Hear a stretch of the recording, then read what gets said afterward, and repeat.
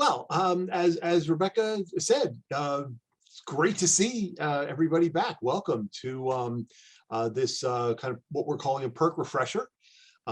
Gives us an opportunity to get together with you between our regularly scheduled programs. My name is, for those of you who might be new to PURC, my name is Ted Curry. I'm the Director of Energy Studies here at PURC, and I'm very happy to be joined today by Denton Williams, the Chief Executive of the Regulatory Authority of Bermuda. Denton has agreed to share with us the story of how Bermuda dealt with one of the more challenging problems that we're dealing with in the utility business today. 2 years ago, when the pandemic started to have an impact on the global society, one of the first priorities for a lot of countries, for a lot of utilities, was to make sure that the people didn't lose access to critical utility services, electricity, water, telecommunications, natural gas, during a health crisis. And so while the way it was implemented differed, some countries chose an executive order to implement it. Others were implemented by the regulator. In other cases, like here in Florida, the utilities engaged on a voluntary basis. But they all had one thing in common. They all implemented a moratorium on disconnections for non-payment. A lot of people were having difficulty getting to their jobs, or their jobs had been temporarily suspended, but they still needed that service. So countries put a moratorium in place, and basically those unpaid bills started to stack up. And the magnitude of that, those arrears are still unknown. We don't have a lot of centralized data gathering to figure out what the magnitude is. To give you an idea, though, the best estimate of those arrears in the United States is in the 30 to 40 billion with a B range. So it's probably not too far-fetched to suggest that, worldwide, this could be a $100 billion problem. And so, but now, as those disconnection moratoria are expiring, there's still a couple of states in the US, still a couple of countries, I think, that have that moratorium in place. But for the most part, the moratorium is expired. And so the talk turns to, all right, so this was a pile of money that, people were supposed to pay for service during the pandemic. They didn't. What are we going to do to resolve this issue? And there really aren't any easy solutions here.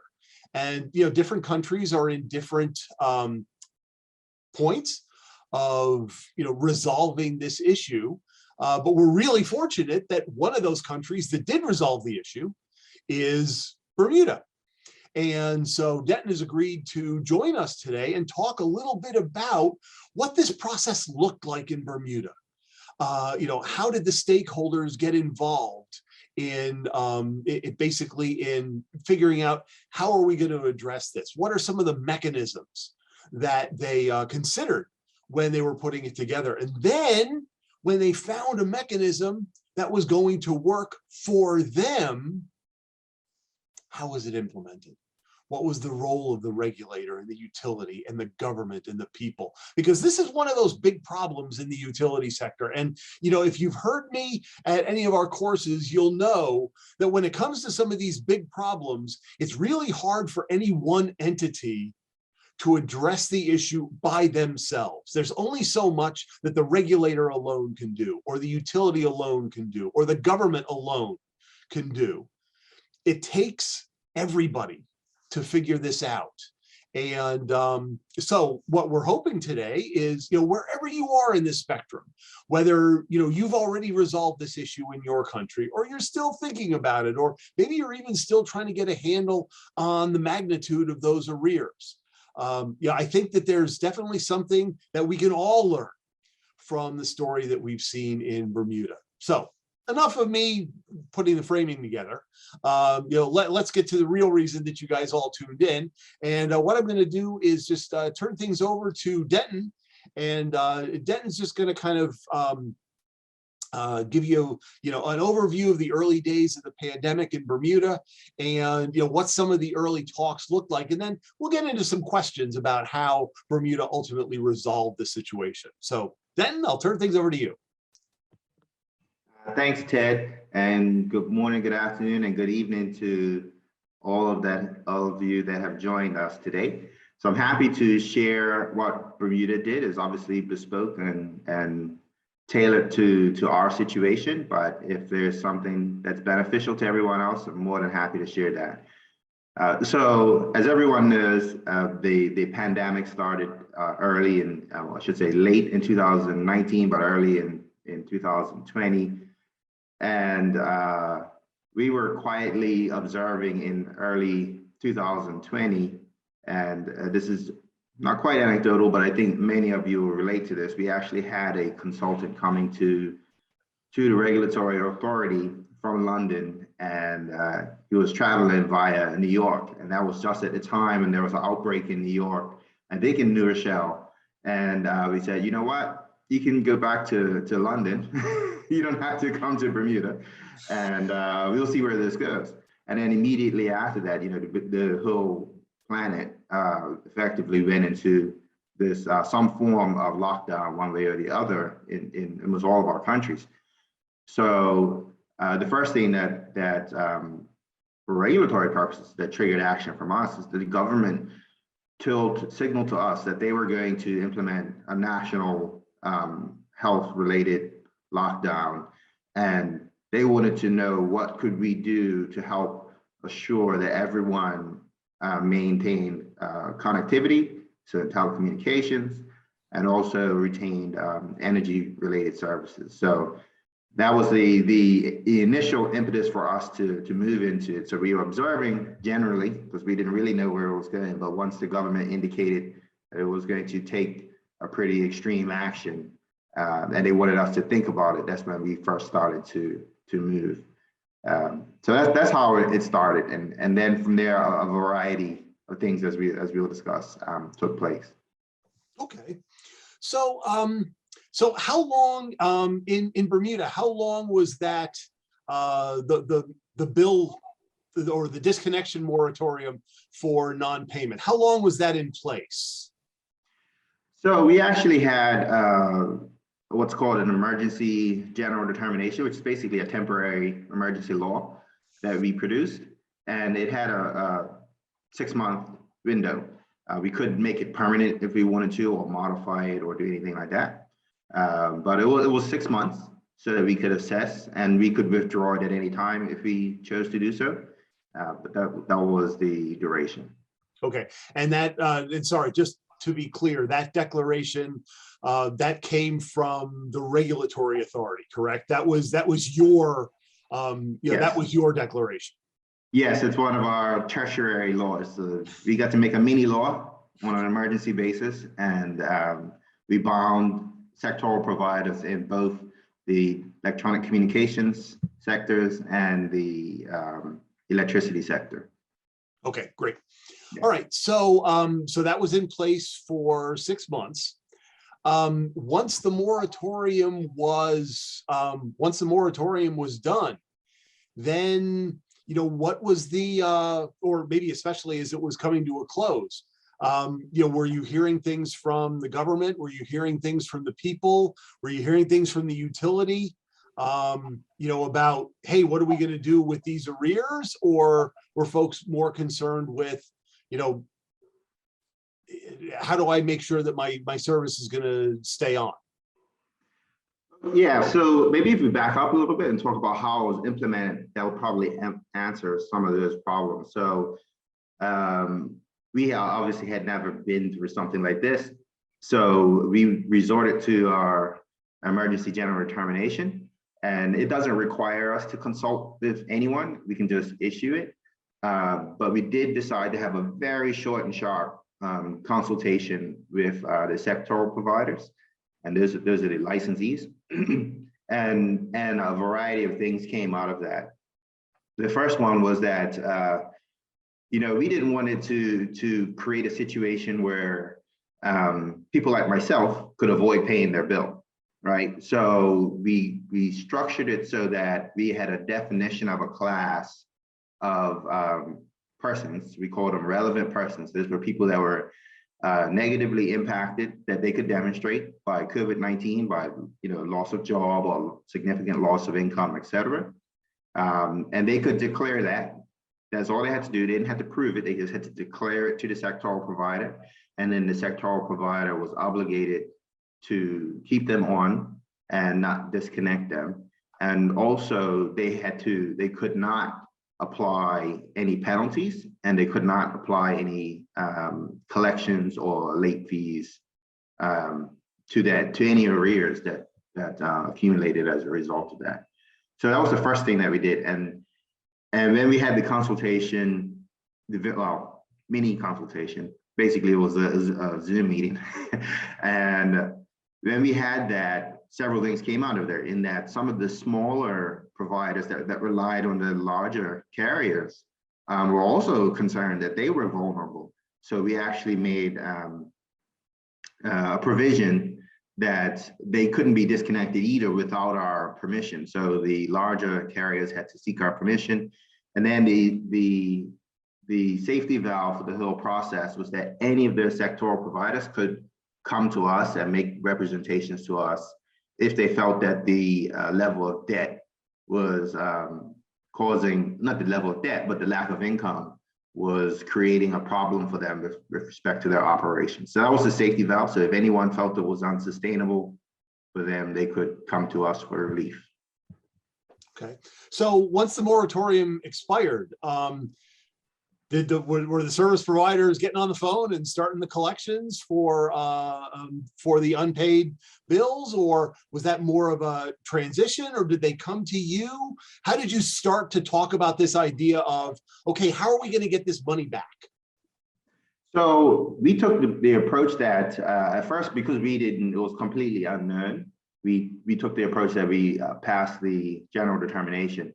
But we stayed in contact with the providers throughout to even though they weren't asking for relief, we wanted to get their opinions on how things were going. And what we found was somewhat surprising. Some of the carriers waived it for everyone. It didn't matter. You didn't have to declare anything to them, right? And if you didn't make a payment, they just didn't pursue you. And it was as simple as that. And we were actually quite surprised at that. What we found was that the providers were very willing to do whatever it took to maintain service. So unfortunately, we did have multiple waves of COVID-19 outbreaks. And so we had another bite at the apple. And the second time, we didn't create another determination. And we just asked them to voluntarily pledge that they would, under the similar terms, maintain service, and they did. They committed to it voluntarily, and we let them self-manage. So we let them manage the arrears. We let them deal with the collections once that time frame lapsed, and it seems like they did quite a good job. And they didn't. I don't think anyone was happy that we had to do it, but I don't think that they were displeased. I think they came across as valuing the community more than the income. And not only did that happen, but also telecom providers actively increased bandwidth to existing customers permanently. So for the same amount of money, the bandwidth started going up, like doubling in many cases or more. So. Okay.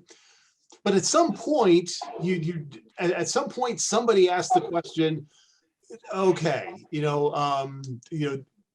in the long run, these arrears are going to have some sort of impact on our sustainability or our ability to provide service. So when you started talking about how are we going to go back and recover this money, how did those discussions start? Well, the providers actually are generally, and well, except for maybe one, but they are generally quite supportive of people that are having issues with arrears. And they're quite, as long as you are attempting to make some sort of payment, they will work very, very finely tuned payment plans for you to keep you going, but still try to help work with your budget. So luckily we didn't have to, at the regulatory authority, we didn't have to get involved at that level because they were able to do it themselves. And we didn't get any complaints from people about abuse, because we also received consumer complaints with respect to these two sectors. But we didn't get any complaints about abuse of power with respect to arrears or unreasonable requests or anything like that. So they managed it up front quite well, and we actually didn't have to deal with it. And it did not turn into a nightmare for the politicians, fortunately, because then it would turn into a nightmare for us. So when you started talking about, all right, so we've got, we're managing this, we're managing these arrears, we're managing at the customer level, but eventually you got to a point where you said, okay, it's time to take stock of, the sum total of these arrears. It's time to start figuring out, what our mechanism for resolving that debt is going to be. So, you ultimately came up with a solution. I don't want to spoil the ending for folks, but you ultimately came up with a solution. But how did that start? How did that idea of this is the mechanism we're going to use to resolve this? How did that all come about? So it actually started with a retail tariff review that we were doing for the electricity sector, and they were quite aware of the situation that the country was in, and lots and thousands of people without jobs, et cetera. And they were sensitive to that. So the electricity provider proposed a deferral of their revenue requirement, of a portion of it. And we reviewed that, we made some tweaks to it, and then the solution came out of that. So it was born, that part of it was born out of the utility. And we were quite happy because we were going to do it, but we were happy that they proposed it. So it was good. Okay, and then so just to kind of, because I want you to tell the story instead of me. So what was the final disposition of the arrears? How did the utility, how did the regulatory authority ultimately decide to resolve that? And then we'll talk about some of the particulars. Sure. So what we did was we looked at the proposal that the utility said, which was as I mentioned, a deferral of a portion of their revenue requirement. It actually exceeded the amount of the debt quite significantly. And we took a look at that, what they proposed, which was a deferral over a number of years. And we gave consideration to it. We disagreed slightly because we didn't want to have a deferral that was much larger than it needed to be. And we certainly didn't want to have one that was small enough that it didn't really accomplish what we were trying to do. So what we did was to defer it over 3 years, with them with the same WAC assigned, so that they would earn the same amount on that deferred revenue over that period, even if subsequent retail tariffs changed other revenue WACs. So that resulted in us having to commit to it, so it could be booked as a regulatory asset on the balance sheet of the utility. So we ultimately made a decision for a deferral of about $13 million, roughly, over 3 years. We considered whether it would be as low as a 1-year deferral or as high as 5+. But we ultimately did agree to a 3-year deferral. And there are some cons to that as well. So the short-term positive was that we actually had a rate decrease temporarily. So that for that period, which was a year, we had a rate decrease, and then subsequent to that, we had to start the first year of, we could have deferred it longer, but we had to start the first year of paying that revenue requirement and the associated WACC, so that the utility would be treated fairly as well. So what we did was basically amortize it, and you know, they were allowed to earn on that deferral, but the earnings would come at a later point. Okay, so you've got the so you've got this regulatory asset in place, but now comes the point where you've got the order, but now you're actually gonna implement this. So what was some of the reactions that you got from, let's say, the government or from the customers? It sounds like you were working pretty closely with the utility on this, but like you said, I mean, you could have chosen just 1 year, amortization, or, you could have pushed it out to 5 or 6. I mean, we recently had a case in the United States where some damages from wildfires out in California, those expenses are going to be recovered by, from ratepayers, for the next 20 years. Out in California, and that's really pushing it out for a long period of time. So what was the reaction that you got from the government, from the people, to this solution that you worked out? So the government is the easiest one. The government was thrilled. They were excited. There was a rate decrease after all of that. The rates went down, and before we got our messages out there, politicians were out there doing their calculations and putting PR messages out there, and so they were quite excited about it. The utility was, they were not happy about the messaging, but they were happy to be part of the solution. And then the general public, I would say the result was, this is not enough. We want more. and we understand why, but we also have to be pragmatic and recognize that the more we defer, because we did consider a larger amount, we could have deferred 20 million as an example, but the disastrous rate shock that would happen later, it's definitely not a good idea. So yeah, we had pretty much the full gamut of responses, from elated in the politicians to subdued with the regulated entity, and probably somewhat disappointed by from the public. The public probably wanted to see a 4 or 5% decrease, and it really kind of was like a 0.5%.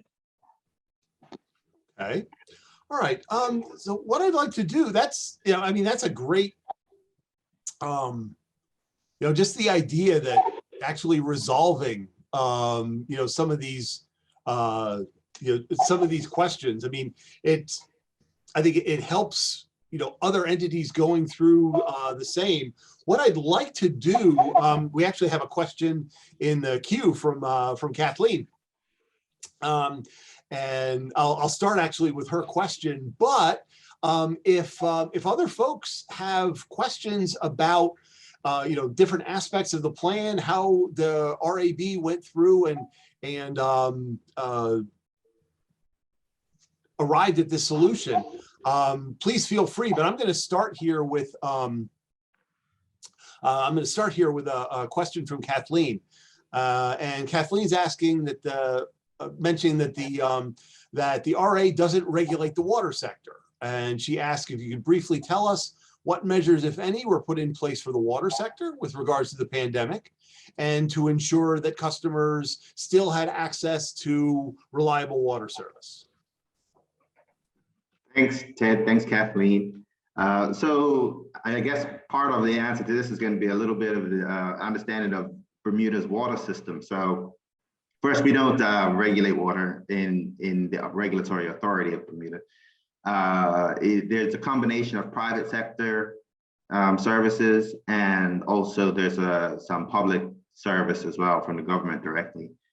But Bermuda actually has a water catchment system. So each household in Bermuda actually catches rainfall, and we store our own water. So we can usually go quite long without having to have public service water or having private service deliveries or pipe networks.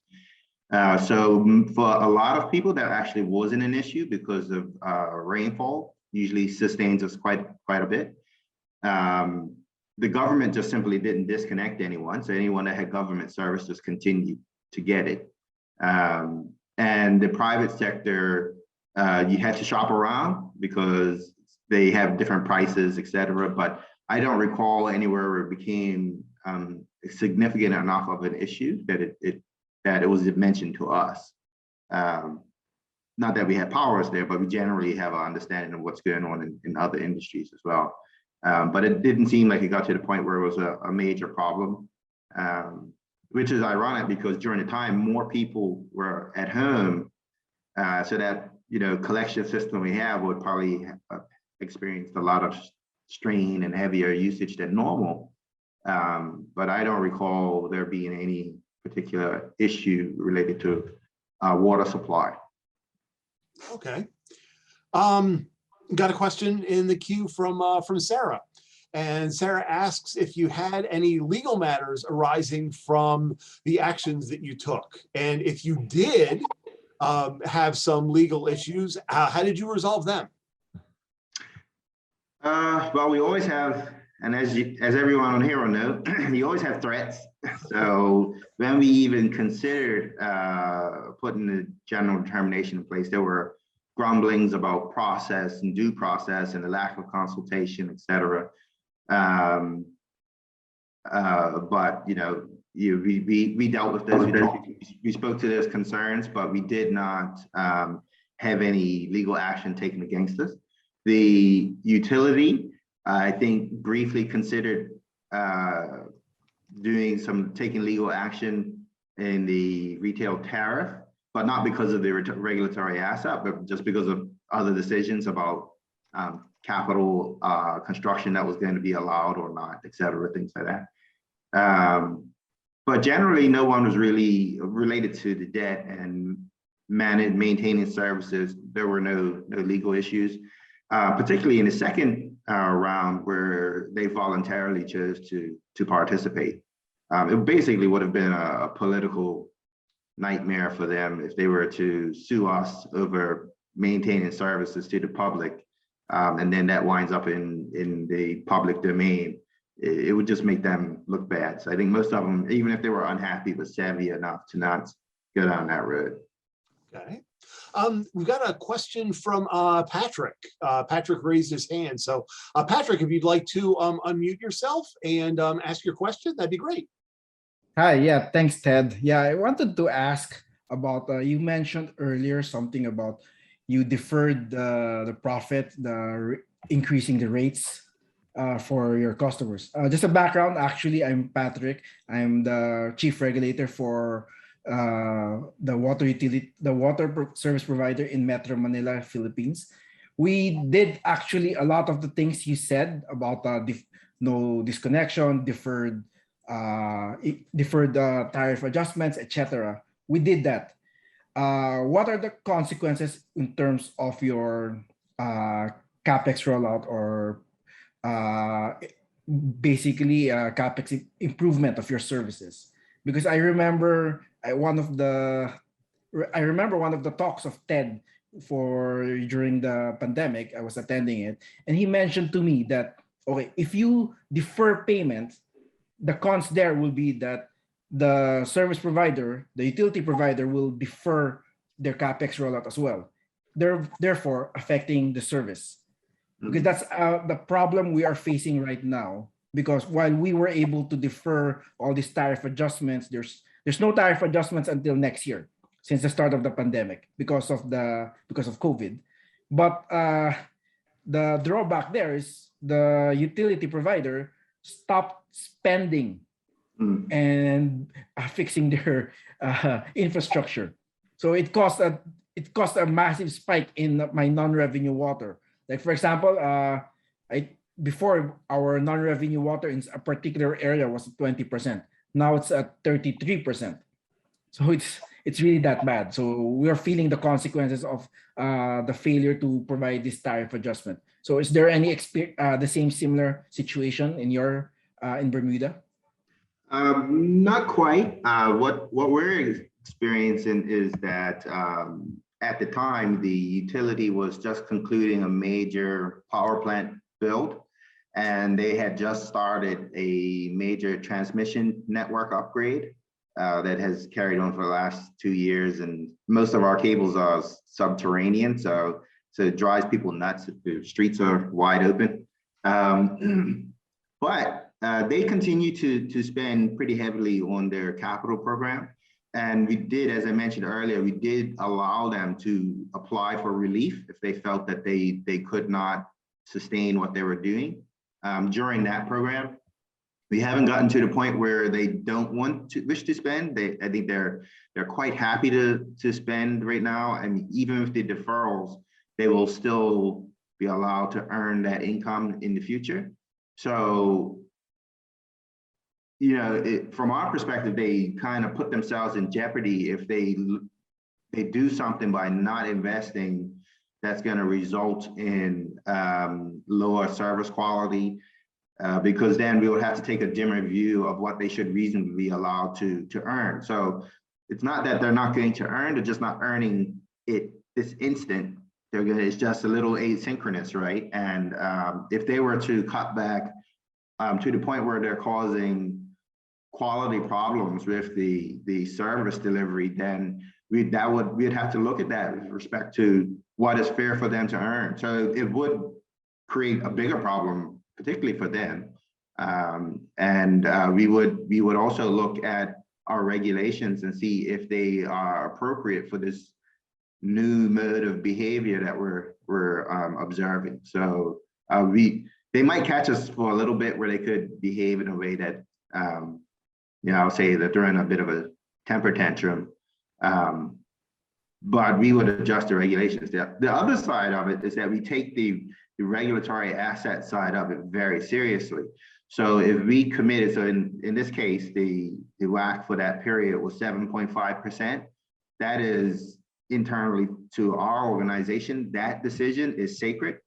You know, we will, even if we were to cut the WACC down to something crazy like 5%, that WACC for that regulated asset must stay at 7.5. And the reason we want to do that is whatever we say has to be true. It has to be, you have to be able to rely on our word, because any uncertainty there is where we're going to have other future investments being questioned. So they know that they can rely on us. What they have to know is that according to our regulations and our laws, they have to know that what they're doing is reasonable and it's going to be useful at the end of it. So they can't do crazy things like putting in super redundant systems that are not adding any value, right? So that's where they'll get questioned and pushed back, but they understand that. But to the extent that they feel that they're going to be treated fairly at the end of it, I think they'll come to the table. The other part of it, I know this was if I put on my hat as a former utility executive, if your margins are too narrow, you'll have no choice but to cut back on capital spend. So it also depends on your current state of play of the utility. If they don't have enough cash flow as a result of the tariffs, including that depreciation coming back to them, et cetera, if that's too tight, I don't think they would invest. Like I said, if I put my former hat on, I will get concerned if my margins are actually going down. And I know that's the wrong language for a regulated utility, but if at the end of the day I'm going beyond depreciation, I'm having to raise external capital, and I don't have any path forward that I can see that I'm realistically going to be able to not only get that money back, but I'm going to earn on it reasonably, then yeah, I would have questions about whether I continue to invest, or do I just hold where I am now until I can see the decisions coming that will give me that certainty. So I don't know if that's helpful or not, but that's Yeah, that's very good. Yeah, I mean, thanks, Denton. Oh, No problem. thanks, Patrick. Yeah, I mean, I get the sense here that, one of the big differences between, the situation with Belco and the situation with Manila Water is that, in the Belco case, you were able to, you had a price review going, anyway. And so you were able to incorporate some of these things where you had some of that flexibility, where in Patrick's case, Manila Water doesn't have a rate review coming for another year. So, in some of that, I think it's, you had an opportunity, you had the price review that you're doing anyway. So you took that opportunity to say, hey, let's resolve this too. And I think that's an important lesson is, you may have limited control in when you can address some of these issues, but it certainly sounds like from your standpoint, you were able to take advantage of an opportunity. And I think we see in Patrick's case for Manila Water, they may not have that same opportunity. So it's causing some additional challenges for them. So that's an important lesson for folks, see where your opportunities to resolve some of these issues come in. It may be, in something that you didn't expect, but if you can take advantage of that, it works very well for the system. Yeah, that's thanks for bringing that up, Patrick, because that's an interesting, additional story there with regard to some of the regulatory timing issues. All right, let's see. We've got all right, we've got two questions in the queue. So we'll go we're going back to Sarah, and then we'll get to Roberts. So Sarah asks, from your experience, if the similar situation occurred again, is there anything you would change, or would you handle it the same way? I'm praying it doesn't happen again. But if it did, I personally don't think there were too many flaws. It wasn't perfect, but I don't think we would need to do the emergency general determination route. We would go along the voluntary commitment path, and that would probably be the biggest adjustment. And then we'd have to see what the magnitude of the consequences were to decide whether we would do the same approach or do something different. So, okay. And then Robert asks about the tariff setting process and transparency. So he's asking, how transparent is the tariff setting process? And then, are the utilities, pretty aware, pretty comfortable with the process that you're going to go through in figuring out what their prices are going to be? Okay, so we try to make it as transparent as possible. That's an evolution for us. We're trying to increase the level of transparency at the regulatory authority, and even in the process. So one of the things that we are discussing is that right now the utility makes private submissions to us for consideration, but we are considering making that a public process so that the general public has a better understanding, if they wish, about what's going on and how it works. But we do explain our decisions to the utility. We don't say, here's a number and that's it. We do explain our rationale. We actually have a rationale document for each of the major aspects of the decision. And utility, I wouldn't say they're happy. I would say that they are, or certainly have been, satisfied for the time being. I would say it's probably the best way to look at it. I think they're probably thinking when things, I'm not saying they're wrong either, but maybe in the future when the economy's a bit better, then things will be better for them as well. But other than that, I don't think we would make a lot of changes because I haven't seen any serious problems. But we would always keep in mind, the impact of these deferrals, because this next retail tariff, one of the biggest components of it is the deferral. So we have to be cognizant of that. So we're trying not to do it too often, but if we have to do it, we'll look at the actual consequences of the situation and make a decision based on that. Okay. Ram has a question in the queue, but I also saw that Abayomi has something to add, has his hand up. So Abayomi, if you'd like to unmute and give us your input here. Sure. Thank you, Ted. Good morning, evening, afternoon, everybody. I was not an employee at the RA at this point in time, so I can ask the question as if I was a consumer at that time. I am an employee now. So, but Denton, I thought it was interesting you mentioned the differences between reactions, right, for the politicians, utility, consumers. Now that the deferrals are coming due, I'm curious as to what your projections are, particularly on the consumer side, where they sort of came up with disappointment. What's the reaction going to be when it comes to pay for the deferral? What's your predictions on that? My prediction is pretty simple. It's going to be disappointment at the best and probably hostility at the worst.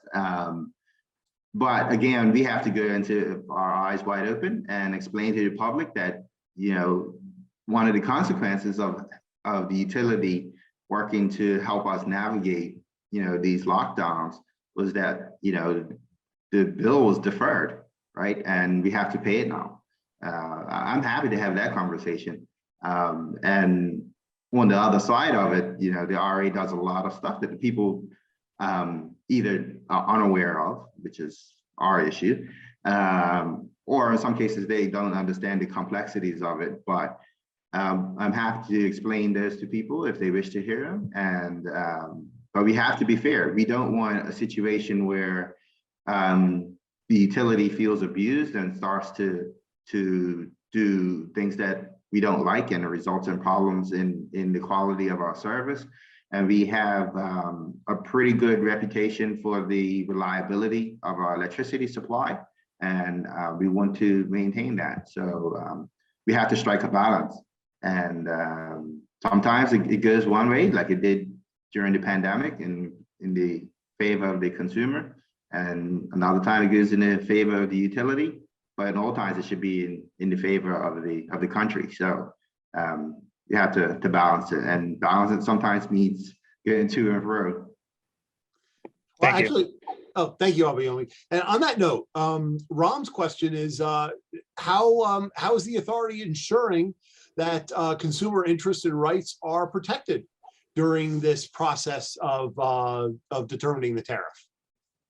Thanks. That's a wonderful one. We actually have another general determination that we developed over the course of 3 years. We actually created effectively a Bill of Rights for consumers and small businesses. And it's all available on our website, but it allows people to know what their rights are, put certain new obligations on the sectoral providers. And we have a dedicated consumer advocate in the Regulatory Authority that deals with complaints. But we do have a process. So you must attempt to, as an example, you must attempt to resolve it with the sectoral provider first before you come to us. So, because we don't want to be dealing with noise, you have to give them a legitimate chance to address the issue. And then if you feel that you're still not satisfied, you can come to the Regulatory Authority and we will assess it and determine whether it's plainly without merit, in which case it will be dismissed, or there's a legitimate issue here and we need to adjudicate or order restitution or something like that. Okay, got a question from Hatem in Egypt. From the standpoint of a gas regulator, which I realize that the RA doesn't do, but he's asking a more general question. What are your considerations when you're considering that weighted average cost of capital, that return on the investment. What are some of the things that you're thinking about from the RA perspective? Hatem is talking from the standpoint of a newly established gas regulator. So when you're looking at that return on investment, that weighted average cost of capital, what are you thinking at the RA? Sure. So we start with the submission from the utility, and we ask them to provide certain inputs. And ultimately a recommendation on the WACC. And those inputs are, the cost of their current debt, their capital structure, what are the ranges that you could get under various models, such as the CAPM model, et cetera. And then, what's the projection of outputs that they would get. They give us their assessment and all the criteria and inputs. And then we do our own independent assessment as well. And we don't always agree, so sometimes here's an example. An example is that, our utility was recently purchased by an overseas company, which was obviously authorized by us for that purchase. However, they wish to impose new costs on us on the basis that we're a foreign territory. They say, well, the utility didn't need you. You just chose to buy it. So now the ratepayers in Bermuda need to pay more. It's not a position that we fundamentally agree on. Like, show us that you're having serious problems in attracting capital, and then maybe that becomes a factor. But that generally isn't the case for us. So we disagree on some of this, and what we do is we look at their model, we produce our own model. We look to see where they overlap as well. So as an example, in CAPM models, you might see some overlap, but differences in the market risk premium, or differences in just little things, the beta, and which market should be used. Should it be Bermuda's market, or should it be the US market? Things like that start coming into it, and you wind up with a spread between what they are proposing versus what we are proposing. And if we're ever forced, we will have to err on the side of the public, but we try to find something that meets the mutual needs of the public and the utility. Okay, right, that's great, thank you. All right, looks like you just want to, I actually am going to interject a question of my own now. It looks like we've cleared the queue, but just a reminder, if anybody has a question you want to type in the chat, or if you want to raise your hand in the button for Zoom, and you can unmute yourself, that's fine too. But from my standpoint, so when you were,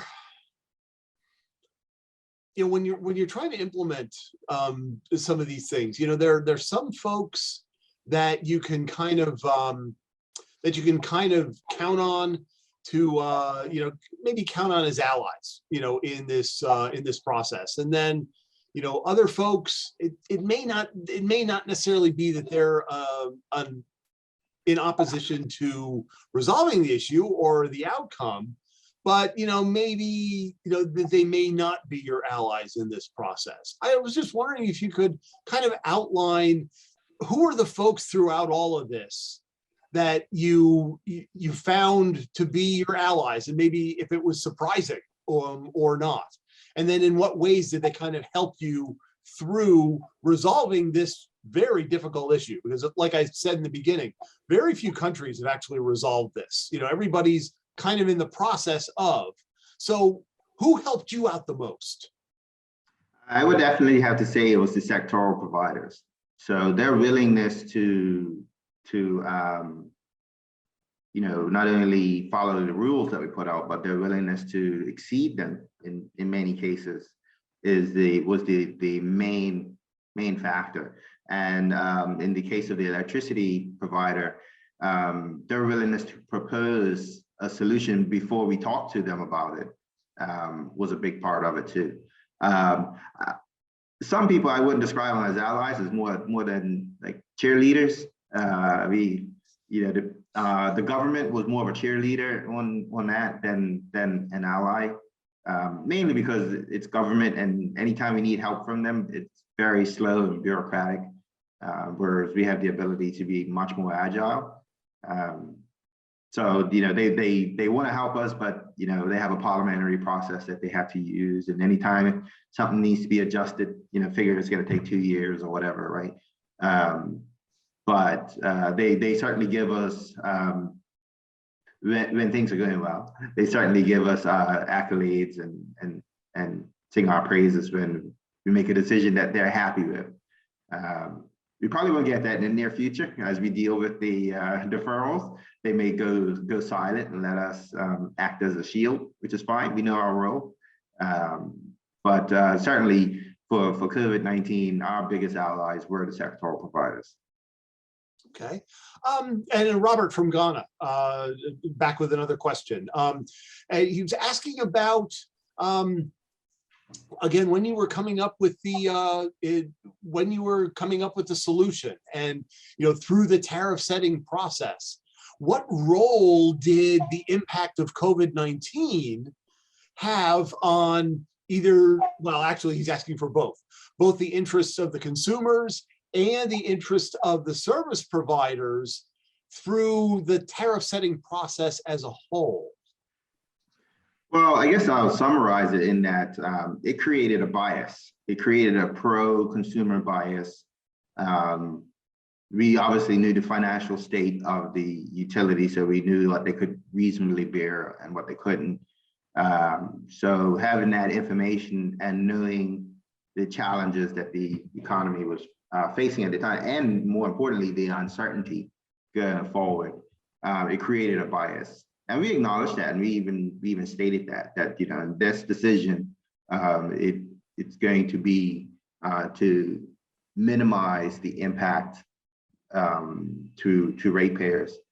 So that I would summarize it that way, is that the benefit skewed more to the consumer in that decision, but it's not something that we would be comfortable doing often or repeatedly. We would prefer to balance the competing interests. So that's how we came to the decision we did, that we had to go through our regular process, but we had to recognize that you had a large percentage of the population that had no employment, or people there were multiple families in a single household, et cetera, and we had to find a way to give some assistance. It wasn't much, but some assistance during that time. And it's not so much as a decrease, but avoiding the increase during that period. And as a result of that, it's totally qualitative, but it's just recognizing that the public really was not in a good position at that time. Okay. Well, Denton, I can't thank you enough for sharing your time today. I know that we're coming up on our hour, and I just wanted to say thank you for sharing the story of how Bermuda and the RA addressed this very difficult issue. And I hope that for all our folks who joined us live, all the folks who will be viewing this as a recording at a later time, I'm sure that there's something in here that they can use to help resolve this situation in their own country. I think your story about cooperation and involving different stakeholders in the processes was a terrific one to share. So thank you very much for everything, for helping out everybody today with your story.